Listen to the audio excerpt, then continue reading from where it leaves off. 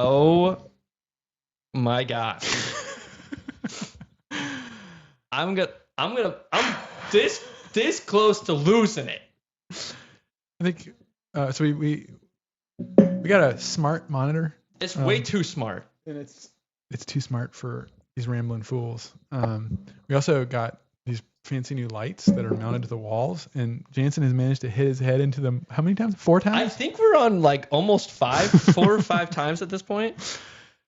So, we do not have our old monitor was really upset with us for jumping ship, so it decided to not work either. So now I just got chill. So now we're actually just using Jansen's laptop propped up on a plastic tote. It's very high tech, very nice. I've got to go live on Instagram. 1 second, please. Anyway, while Jansen's doing that, welcome to Ramblestream, episode number 105. Episode 105.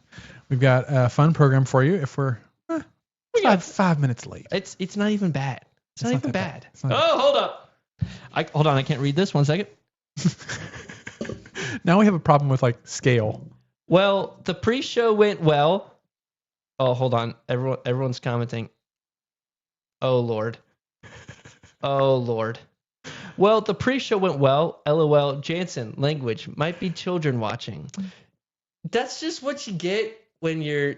Jason, thank you for the $5. That's just... Yeah, you do need to watch the language. That was out of control. Listen.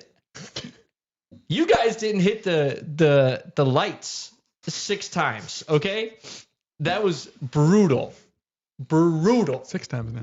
It was one of those moments, you know how like when you're kind of ticked off in the first place and you're like trying to get something done, you're trying to hurry. And I like to call it tornado mode because my wife gets in tornado mode often.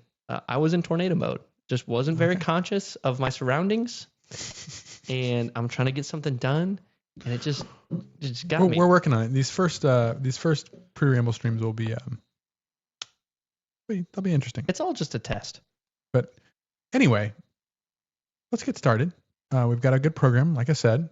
We have new lights. So tell us what you think. Is it too bright? Is it not bright enough? It feels really bright to us. We have infinite adjustability. Yes.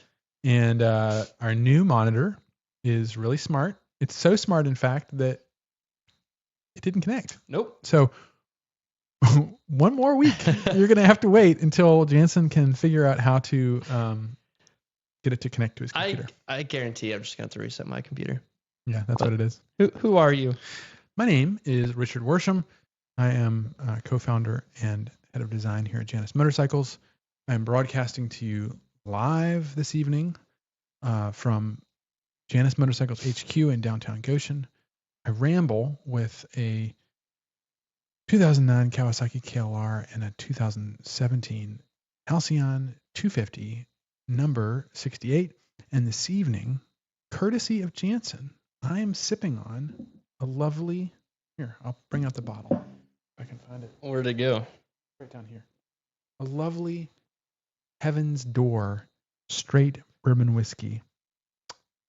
This says it's single barrel Belmont beverage. Is this made for Belmont beverage? So I think no kidding. A lot of liquor stores get a certain allotment of some bourbons, and this was just part of Belmont's allotment. And where does this come from? I don't actually know. I've only had Heaven's Door a couple times, and I was in the liquor store, and I was like, this looks good. I don't know much about it. Heaven's Door Spirits, Memphis, Tennessee. Memphis. Sip Heaven's Door responsibly. Oh, so there you have it. Are we? My name is Jansen. My name is Jansen. I am also coming to you live from the Ramblestream studio, the new and improved, almost perfect Ramblestream studio. I'm also sipping on some Heaven's Door, and oh boy, does it feel like I'm on Heaven's Door. Almost Angel's Envy. Is almost like same kind of similar. Same, but different. You know. And I am rambling on soon to be rambler, soon to be rambling on a Phoenix 450. Very nice. Years from now. Who's on here? I'm gonna lose it with this little tiny baby Little tiny baby. Can you reduce the scale on that? Yeah, let me see. But then I can't read the comments. Who was first is what I want to know. That left. Russ is first. Let's scale in. Oh, gosh, dang it. Scale in here and read the comment. You know what? You know what might be easier? What? Just on my go phone. to YouTube. Guys, I'm so sorry.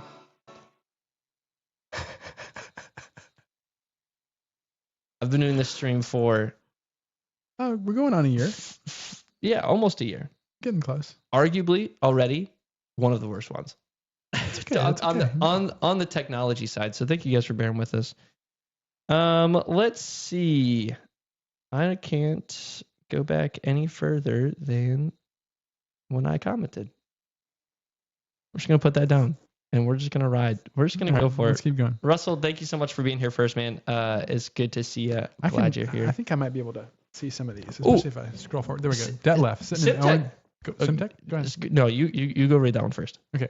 Debt left. Sitting in Owensboro, Kentucky. My fave ride, 1962 Norton Dominator. Honda 71, 350, 72, 500, 74, 550. Riverside 250. Still working in Texas. Been working in Texas for a long time. Week after Thanksgiving in Stony Creek, Virginia. Very nice. Let's go. And Simtech. Oh, he's a new member. A new member. If you guys were a member for this first inaugural Ramble stream, pre-Ramble stream, yeah, you heard me say some choice words. Yeah. So that you missed out on it. Sorry.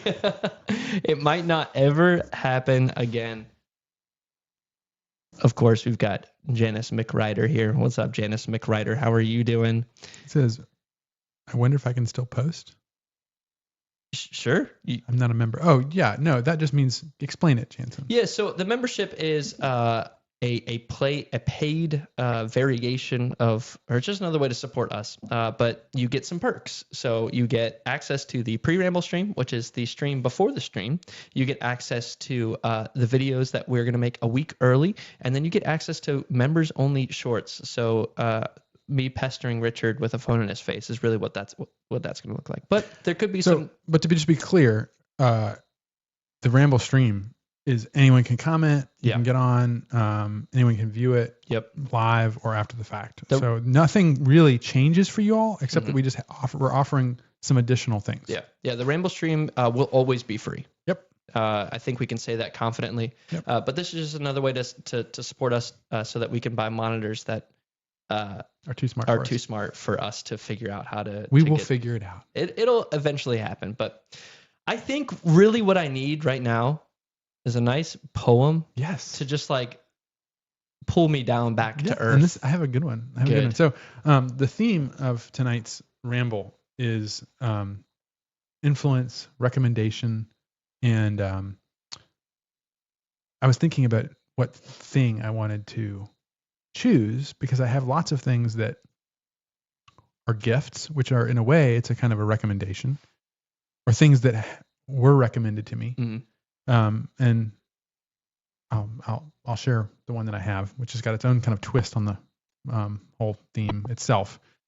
But this is a book of poetry that I have never heard of the poet, and he was not recommended to me at all. Wow. So it's kind of like an inversion of that, because the only connection I have is that I think I've mentioned it before. My favorite bookstore is actually in a thrift store. There's a thrift store out in South Bend that has this corner, and whoever runs that stall has an absolutely incredible collection of books for sale. And it's perfectly curated. Yeah. And every book is like something really neat about it. Like pretty often it's a first edition or nice. And they're not the cheapest books. I mean, they're like this equivalent of a new book cost, but you're buying a used book, so you expect it to be like $5 or something, right? And it's like $25 or more, right? You're like, oh, this has coffee stains on it, and this is how much. Well, no, these are like for it. They're really. And when they write in the price at the front, it's like, or they print it, it's like an erasable ink. Oh, it's really nice. Oh, so anyway, their poetry section it just has the most interesting poem, and they're not just like any poet. You can see that somebody has only collected ones that they appreciate. Nice. So And it's curated. it is curated. Yeah. It's a collection that's also for sale. I was actually in that, I'm rambling, in that antique store. I was thinking there's one in the back corner, Uh-huh. the opposite corner. Yeah. And it's like everything that you could possibly imagine collecting or hoarding, but organized Huh. perfectly. Like, rotary phones, but like categorized by like what year they were made. I was about to ask, Calendars. is it the Dewey Decimal System? It's probably more sophisticated. Wow. So I just go to Wow. enjoy the like organization of it and kind of like wonder what the person is like who does it. It's crazy. Anyway, at first I just would treat this bookstore like it's a book, it's a shelf of poetry. Right. There's probably something good here. And then I was like, hold on, because I keep going back and buying more books of poetry there, and they're all good. Or sailing books. They have a really good sailing selection, and motorcycles. Then now I'm like, I start looking at and I'm like, ooh, I've never heard of this poet before. What is this? They must be good. And so I literally found this on the shelf, and I'm like, okay, all right, well, let's see who this guy. His name is James Wright. Pulled it out, and maybe some of y'all know James Wright. I don't. I'm not familiar with him. It's amazing, and it's very much in the same train of poetry as the other books I've got there. Like Richmond Lattimore, which I also got another copy of Richmond Lattimore. Not cheap. First edition, which we will be reading. Look at the cover on this book. That's nice. That's cool. It's really good. Anyway, we're not going to read Lattimore. We're going to read this new book that I've only just been digging into. So while you do that, I'm going to go get that end table, and I'm just going to pull the laptop as close to us as possible. Okay, that sounds good. I think that'll make everyone's life better. Okay, I'm going to just start reading. Well, and I will watch Jansen, my head. I'm going to save this for you. Go okay, quick, I'll be right back. 2 seconds. I can ramble some more. But yeah, this it's very interesting that somehow I imagine that the folks that run this book corner are a couple. I don't know where I got that idea. Maybe I was talking to somebody up at the front counter, but it is probably my favorite bookstore, and it's actually an antique store. Oh, that's perfect. On the fly. But it is interesting when, like we're going to be talking about later tonight, how important having a recommendation for something actually is. But this is something that is only recommended to me by virtue of thinking that these people probably have really good taste, and so I should just try it out and give it a shot. So this poem is the first poem in the book. When I opened it up, I thought, "Ooh, this has got to be good." It's called "Entering the Temple in Nimes," which is a city in southern France, famous for a Roman temple, which I was already very familiar with, called the Maison Carrée. I'm not shocked you were familiar with the Roman temple. Anyway. Okay, well, it's probably the best preserved Roman temple in the world. Wow. But it's in southern France. Okay. And I've been there, and the state capitol in Richmond, Virginia, is modeled directly by Thomas Jefferson. It was designed by Thomas Jefferson on the Maison Carrée in Nimes. What a fun fact. Yeah. So, as a Virginian and a Richmonder, speaks to you. It speaks to me. Entering the Temple in Nimes by James Wright. As long as this evening lasts, I'm going to walk all through and around the Temple of Diana. I hope to pay my reverence to the goddess there, whom the young Romans loved. Though they learned her name from the dark rock among bearded Greeks, it was here in the south of Gaul they found her true to her own solitude. For here, surely, the young women of Gaul glanced back thoughtfully over their bare white shoulders and hurried away out of sight, and then rose, reappearing as vines in the pale inner hands of sycamores in the green places. This evening, in winter, I pray for the stone-eyed legions of the rain to put off their armor. Allow me to walk between the tall pillars and find the beginning of one vine leaf there, though I arrive too late for the last spring, and the rain still mounts its guard.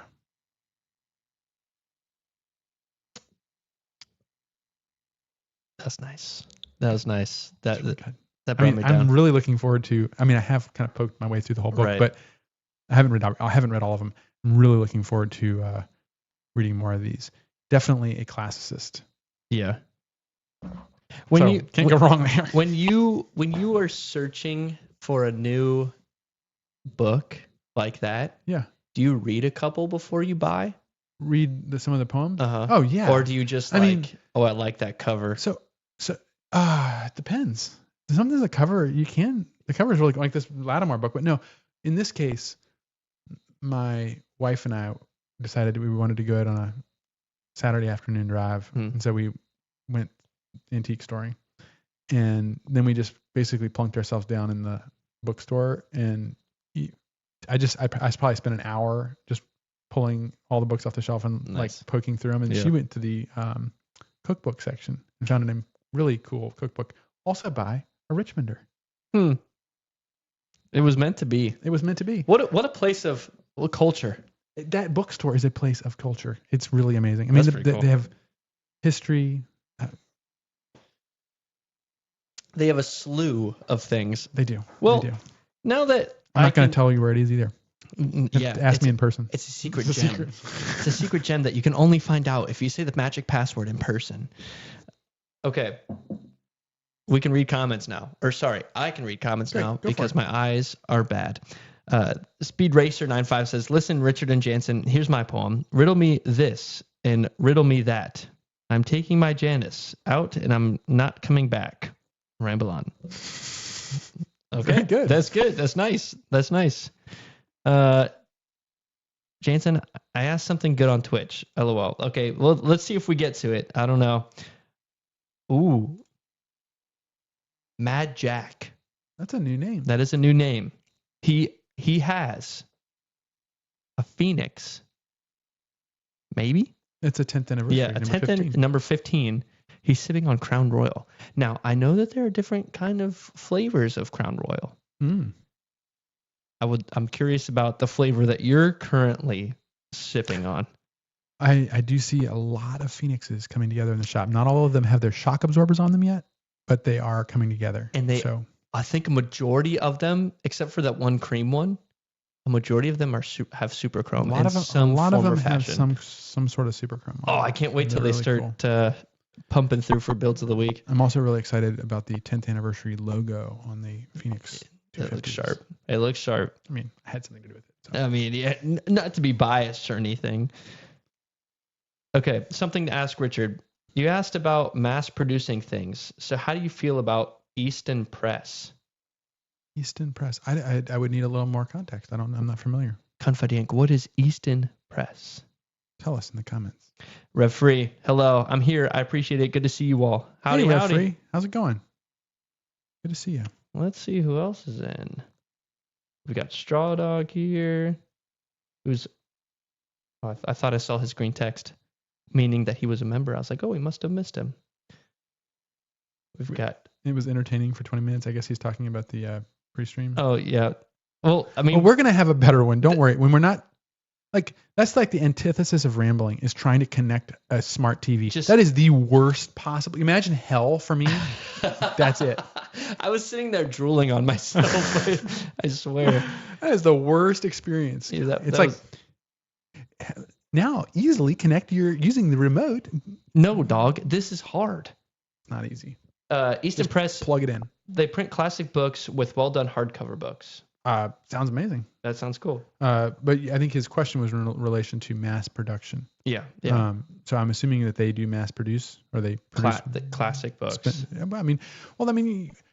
Remember what we said about mass production. I think that there's a way that it can be done. That is. The whole point of printing is that you can produce in large quantities. That's the essence of the Gutenberg Bible, is that it was able to spread the printed word around the world. Simtek said he could see the living hell on your face. While I was sitting there hitting my head on these stupid lights. I think it's time to move on. I'm done complaining. Sounds good. Great. I'm done. I've had my fair share. Well, one positive is that I think the color on your MacBook is probably better than the old monitor. That means for builds of the week, We're going to be able to see colors correctly for the Very small. first time. Very tiny. I'm going to have to like kind of get up in it, but Jansen, cheers. This is really good. cheers. Thank you. You're welcome. This is really delicious. Let's move on. Richard did look miserable. Maybe this was the perfect first pre-ramble so that people are like, oh, I wonder what he was. I want to be a part of that. Okay, let's move on to builds of the week here. First up, we've got Holy Small. This is Jeff's Halcyon 450. It's number 408. Okay.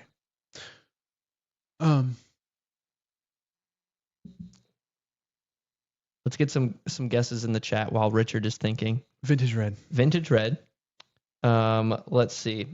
Actually, yeah, I'm gonna do vintage red. You know what? This is another ramble. We're kind of squirrely today. You know what? I forget. There's a specific theory where if you're presented 3 options, and I know there's more than 3 options here. If you're presented 3 options and you guess one, and then someone offers you the ability to take a second guess and change your answer, you're more likely to win if you change your answer. Like in probability. Yeah, probability wise. Interesting. So I mean, maybe do you want to change? Do you want to change your answer? I'm good. It'll be my. Yeah, I was thinking like a variation on vintage red, but okay, we'll get there. I'm going to guess. We got a BRG, a black, and an olive drab, olive a blue drab in the chat. I'm gonna guess cream. Just super great, super. So obviously we have a 450, as Jansen mentioned. We've got the forks installed. This is on the window build stand, the most picturesque of the build stands. You get some nice natural light. Yep. This is where Jonah works. We did a 450 builder video feature of him not too long ago. I like the music. Is that the one with the music? The kind of quirky music. Yeah, that's cool. Top plate installed, rear transom. All these frame components are made down in TT, which is super cool. How often can motorcycle manufacturers say that? That's a new vantage point of that's the rear shocks underneath the seat. Black leather. Okay. Sergeant seat. I feel like we don't see a lot of black leather seats come through. It's not boding well for my vintage red though. No. I'm neutral on cream. Okay, here we go. Oh, you got some cream back there. There is some cream, but there's also some there's a vintage red, but it looks like a 250. We'll see. Go ahead. Keep going. Black. I think there was a black in the chat. Black. There was black in the chat with gold pinstripe. We should start giving extra points to people that guess the pinstripe color. This is definitely gold and definitely not copper. And we can tell because of the nice screen that we have. Speaking of, this is really small. The new one is huge. The new one's massive. It's a big upgrade if it's gonna be awesome when we get it to work. Man, black and gold. You know, black and gold on a motorcycle, people make fun of black with gold because it's like so like expected. Yeah. But there's a reason that it's expected. There's a reason that the Vincent black and gold is so iconic, or the Rough Superior, or whatever other black and gold motorcycle. It just looks incredible. You really can't go wrong. And I go back and forth, but there really is something to be said about single pinstripe on a simple. It's just clean. Look at that. Very, very nice. And no ducktail fenders, just very simple. Straightforward, polished exhaust. Which is, I like the take because it's a very kind of understated bike as far as colors go. No book rack. But the polished fins, or they all have polished fins, the polished exhaust really kind of stands out. No headlight visor. Very clean, simple build. I like that a lot. Well done. Jeff, good job. Up next, we've got James. He has a Halcyon 450. This is number 409. Now, I think we might be able to guess what color this is, but it might be crazy. It might be a different. Do we even have that option to get a frame match and not have it match? We have had people do that. Okay, so there's a chance. It makes things difficult. But Uncle I mean, Voodoo think about the Super Chrome. Yeah, that's true. That's true. Uncle Voodoo says, I'm going with red. How would you guess? Cream Straw Dog says, Go up one comment or go up a couple. Somebody was talking about a rapide. He says, Allsberg Clipper says black may be classic, but the best looking rapides were Chinese red. I think what was that, like Series B's? I mean, there were several of them, but yes, I know what you're talking about. what is that? A rapide is it's a Vincent. Okay. Vincent HRD. Got it. In red, and they were pretty snappy. Now they also made Vincents in a number of colors, but I think I'm not wrong in saying that they made them in I don't know if it was like a battleship gray, but it was like a flat gray. Yeah, I'm a sucker for that color. It was really nice. I don't know when that flat but the gray, black ones, I mean, the black and gold, you can't. Yeah. It's classic. I love the color combo. I don't know when like the battleship, that like muted gray, that bluish gray came back around, but I feel like it was Cars? recently You mean? in Cars. Yeah. Yeah. I don't know if it was I like like it. Porsche and their chalk color or what, but Yeah. Ever You see it a since- lot even on like American cars. Yeah. Like muscle cars. They'll do it. Yeah. it's so sharp. Danny's got my wife has a Kia Carnival. It's got that gray. It's nice. Nice. I never thought I'd have a minivan, but here we are. I got one. All right. James, what you got for us? Well, we got a 450 It is a 450. frame matched in vintage red. Oil tank, rear transom. Was 2 frame match bikes in the picture? Oh yeah, blue. We're doing a lot of frame matching right now, and it's wreaking havoc in production. It really does take a lot of coordination. What have we done? Don't ask Kelly about it. She'll get upset. Yeah. She'll be like, all these stupid. Oh, well, hey, at least you know which parts go with which. Yeah, exactly. But that's not But they the have hard to. part. But they have to. Right? can't mix or them. else it's done for. Moving on along here. Black leather. Another black leather. That's gonna look sharp. I think there's a book rack there. Yeah. Green Christmas. Ooh, there it is. Shocker. What color pinstripe is that? Copper Silver and copper. silver? Mm-hmm. Wow, look at us. Look at us spotting the colors. We weren't making it up the whole time. Copper and silver. That looks super sharp. It does. I don't know if I would ever put copper on vintage red, but I love that. It's been done. It makes it look more orangey Oh, with a silver feather. very nice. Very nice. That's solid. It really takes it a different direction than if you went with gold yeah. on the vintage red, because the gold makes it more makes the vintage red more warm. Yeah. That's a good looking bike. That's a great build. This one's all you, Richard. All right, we have Emil 450 number 410. We got a black. Okay, so I'm going to go with Oh, Jim says, sorry to interrupt your thought. That's my 409. Putting on rack and crash bars and stop taillight from Devon when I get it. Nice. I'm gonna go with Charlevoix blue. Ooh, that's a good pick. I am gonna go with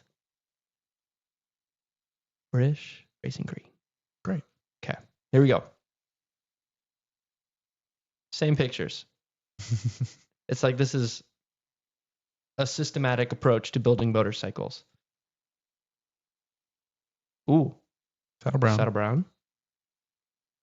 Nice. I do see one Charlevoix blue, but it looks like he might be in luck. I do or vintage see red. A lot of vintage red. You got it. Well done.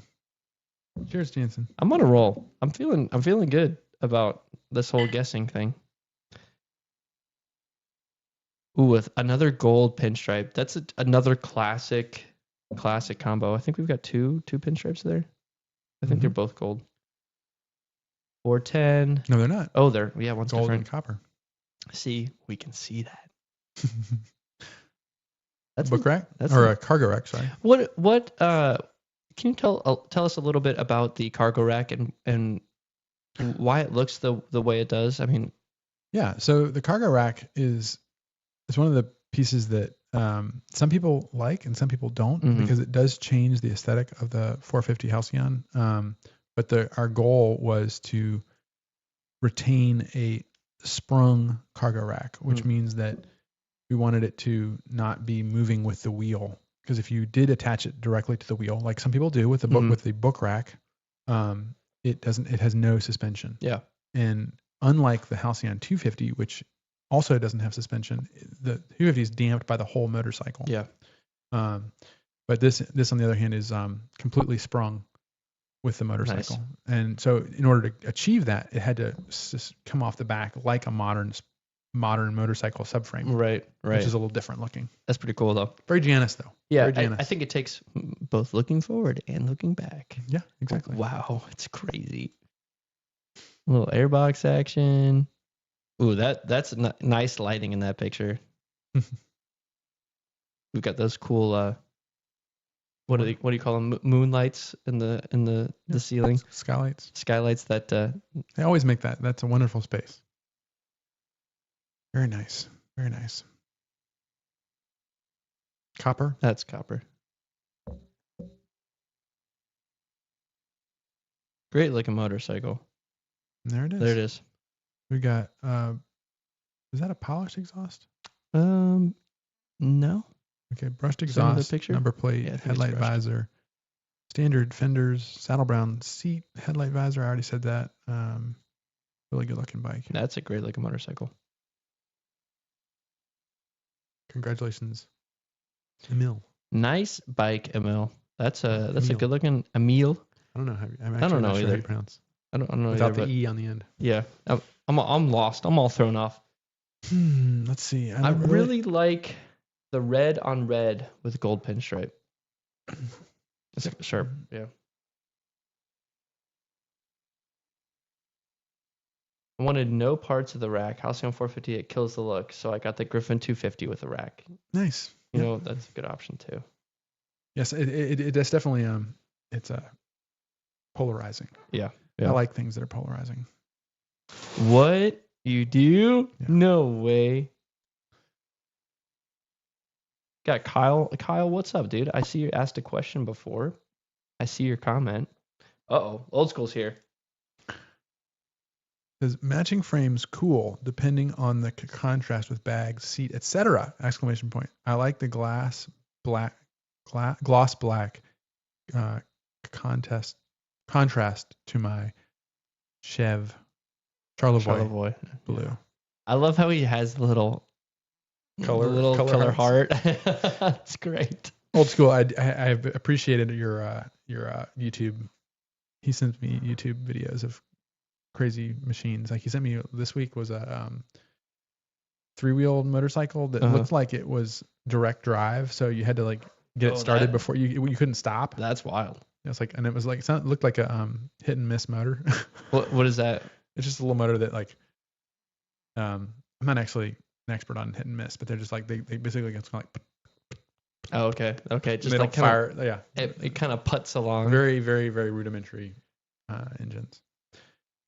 People can school me on hit and miss.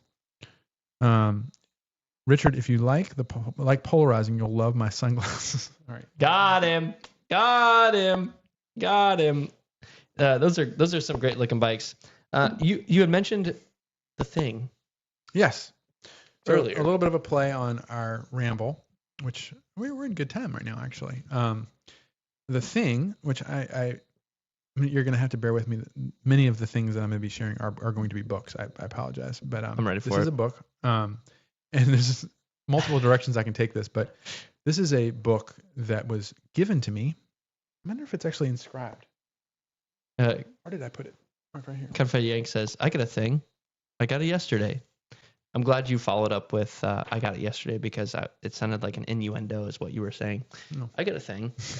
This is a book that was recommended and with a long story over dinner by a good friend of mine, Greg, in Fort Wayne, who's just an amazing person, amazingly he's one of these people that he knows a lot of people, Mm. and he maintains the connections. Yeah. And he's very persistent in making sure that a friendship is maintained.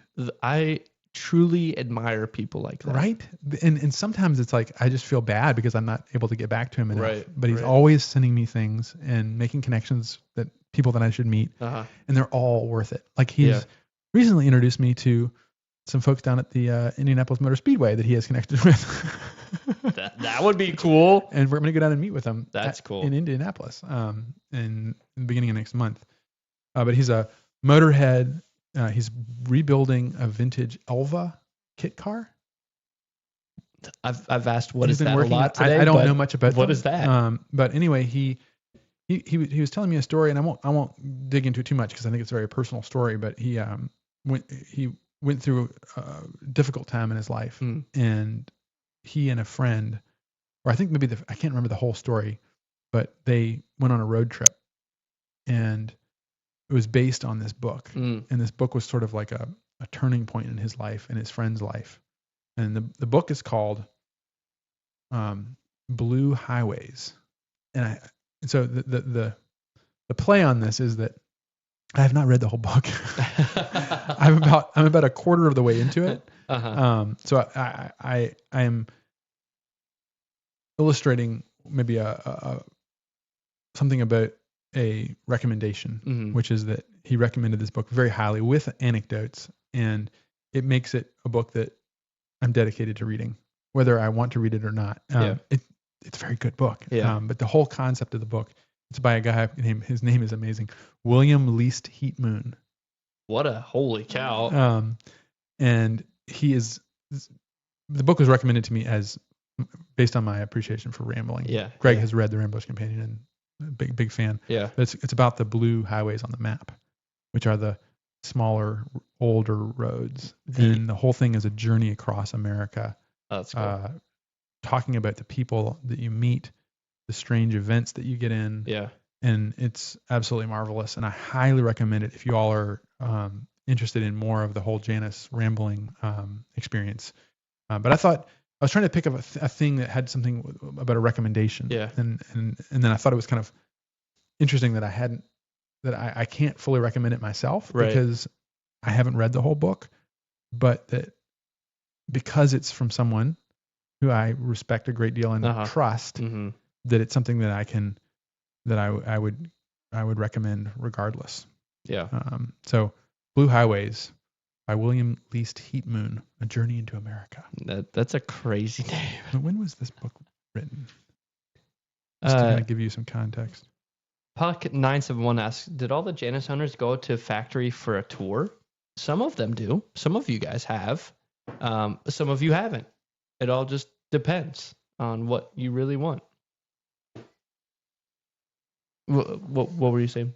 Oh, I was just going to say when it was written in the early 80s. Early 80s.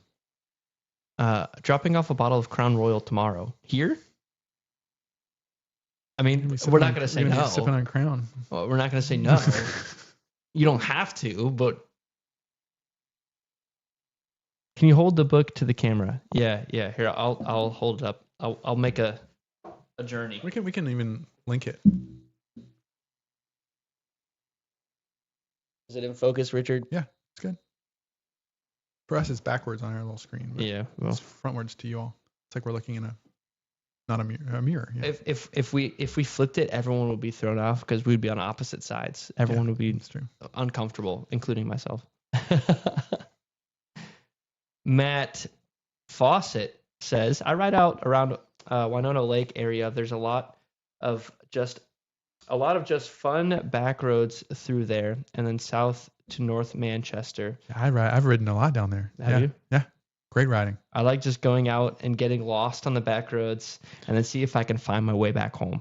That's that's it. And then like the Tri-County area down there, there's some back roads that dirt roads around what is it?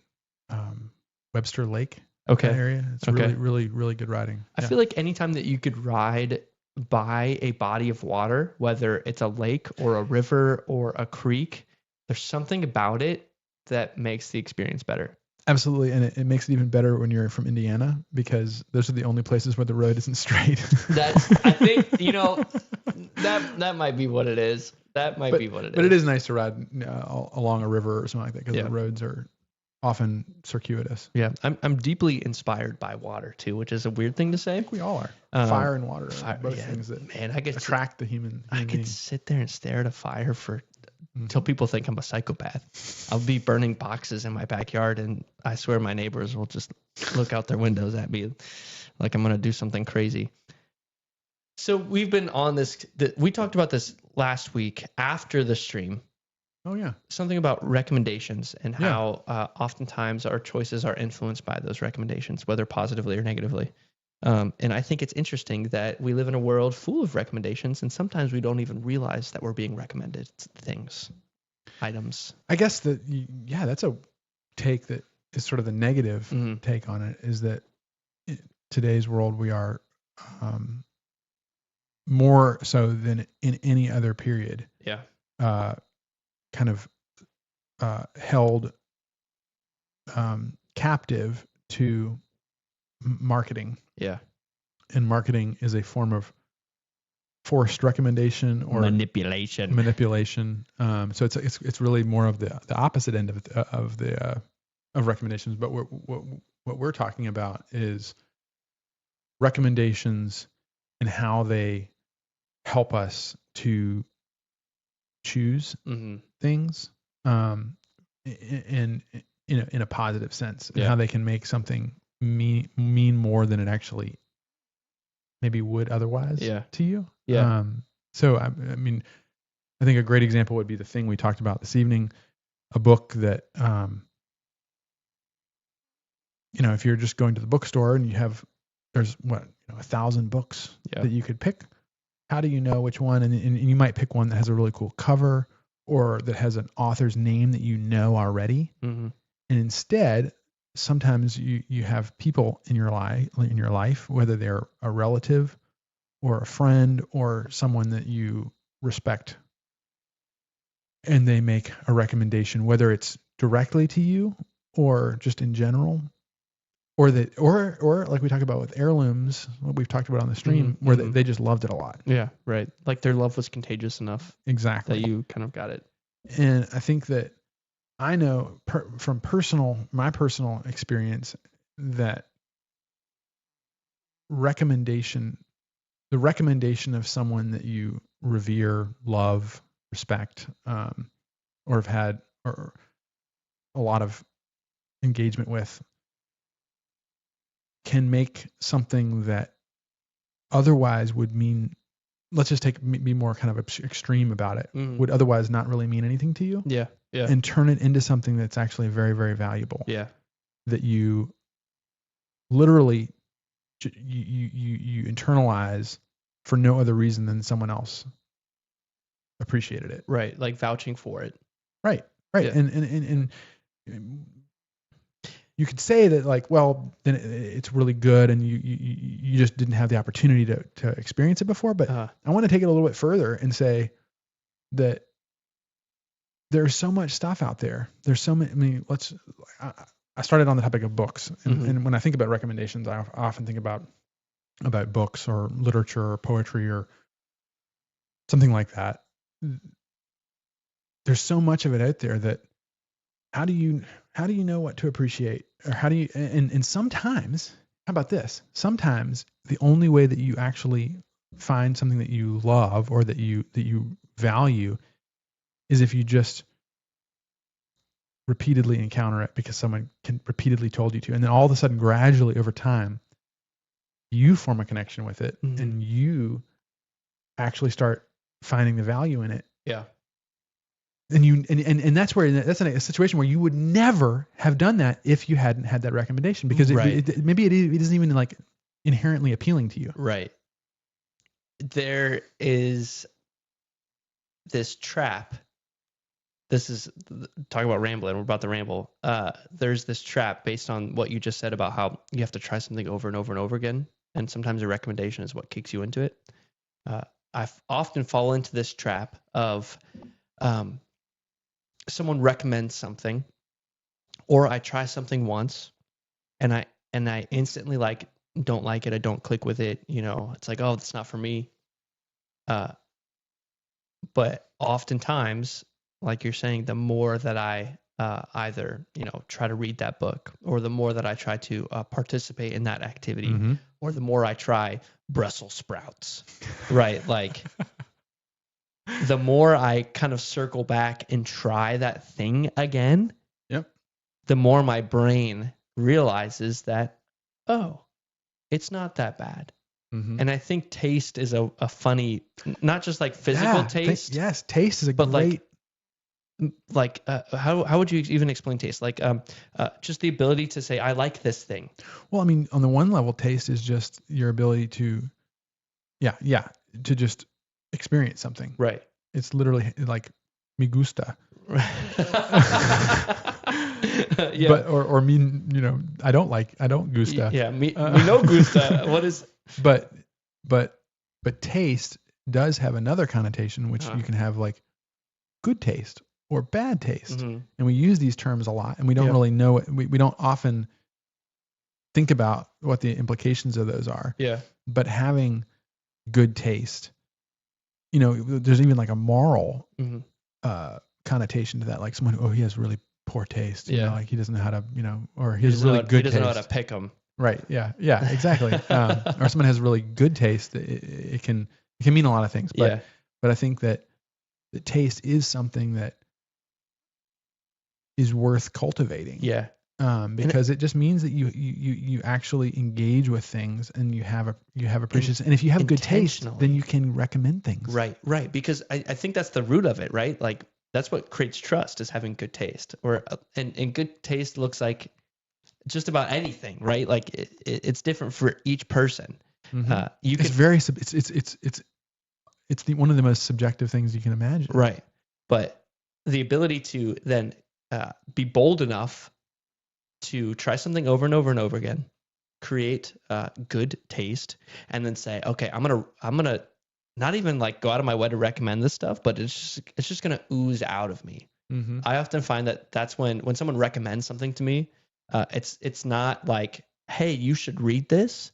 It's this person is like obsessed with this thing, and I'm like, oh, you know, why are they? Why? Maybe I should see what that's about. Yeah, like absolutely. that's how I got into riding motorcycles, is because my dad. Yes, everybody, I ride motorcycles. I know I don't have a motorcycle right now. I ride motorcycles. I know Janus McRider is typing up right now.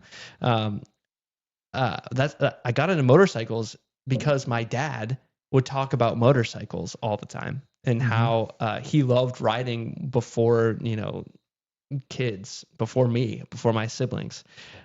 And that's why I wanted to ride a motorcycle, because my dad did it, and I was like, that's cool. My dad's cool. Mm-hmm. I want to be cool. I want to ride a motorcycle. Absolutely. And we can joke about simple things like our father recommending something. Right. Like, not that it should be joked about, but that's like a very basic thing that I think we all, our parents, when they have a big hand in inculcating different kinds of tastes in you when you're young. But if you extend that, I mean, that's just beautiful in its own right. But if you can extend that outside of that to significant people in your life, one of the greatest gifts that you can receive, I really think this is true, is to have something recommended to you by someone that you respect. Well, do you think it's because they care enough to share it with you, or like why do you think it's I don't know if I believe it's the greatest gift. Well, because I flippantly give out recommendations all the time. You know what I mean? The converse, where I was kind of, one of the things that I was thinking about when I said that was that making a recommendation to someone comes with a great deal of responsibility. And that's something that I've flubbed, I think, in the past. I think especially when I was young, I would say, oh yeah, this is really cool. And you should, and then I would think about it more, and I'm like, man, I really shouldn't have, I didn't understand that enough. I shouldn't have recommended it. And so now when I make a recommendation, I do take it I try and at least take it very, very seriously, especially like books. Yeah. Like, but if you turn that the way around, for someone to recommend something to you, because it has such potency, the potential of a recommendation, like we're talking about here, like how much it can mean. Yeah. If someone recommends something to you, it is an opportunity for you to encounter something, like we've been saying, that you would, based on your own taste, not ever be exposed to. Right. Like pickled Brussels sprouts. The chat is popping off about pickled Brussels sprouts, and I don't know what's happening. YouTube chat is a whole different ramble. Yeah, dude, it's crazy out here. I'm trying to listen to what you're saying, and out of the corner of my eye, I'm just seeing everything about pickled Brussels sprouts. No, but I mean, that's a funny thing, because like you talk about, like, I mean, a funny thing about taste is like you can go through periods. Like I think we can all. My wife, when she was pregnant, had some very peculiar tastes. Yeah. And it's funny that you can go through different periods in your life where you have different tastes. But I just want to go back to that idea, though, that a recommendation is one of the greatest gifts you can receive. Mm-hmm. And because it's very easy in life to only appreciate what you like. Right? Yeah. And one of the reasons that motorcycles and the whole concept of rambling is interesting and valuable is that it is a practice, it's a habit that we do that it forces us to encounter things as they come. Yeah. Whether we like them or we don't. And so when we talk about fun number one or fun number two, right? What is fun number two?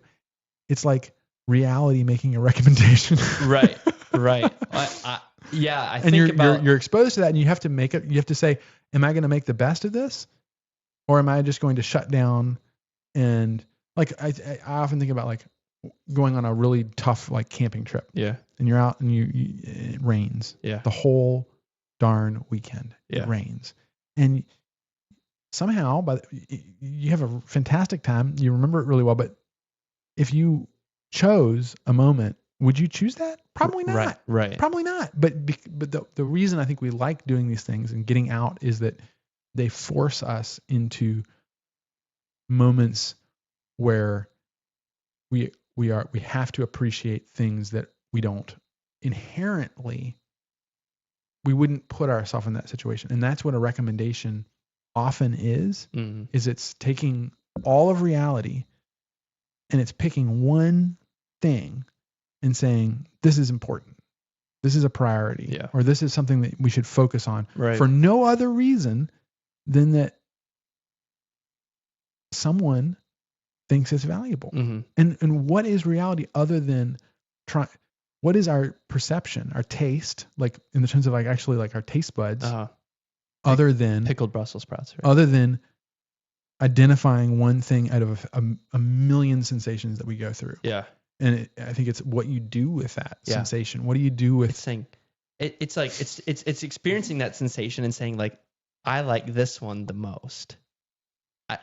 I think that it gives us a window when someone recommends something. It gives you a window into that person and into that life. And I think we might be like reading into. I might be reading into it too much. I think that's my favorite hobby, is just reading into things too much, and really kind of dissecting thoughts. But it's interesting when someone recommends something, it's because they love you. Mm-hmm. And they want you to experience the thing that they love too. But what happens in that experience? Yeah. That's the real question. Like, why do we find that valuable? Are you asking, or are you just... I'm asking. Why do we find that experience, that recommended experience, valuable? I think because it gives us a glimpse into a new possibility, a new way to a new experience altogether, right? Like, I'm not sure why it's valuable. I think it's because I haven't tried it. I'm not the first one to try it in a way. Yeah, but when you do, it offers my argument would be that it offers the potential for transformation. it allows us to grow. Yeah.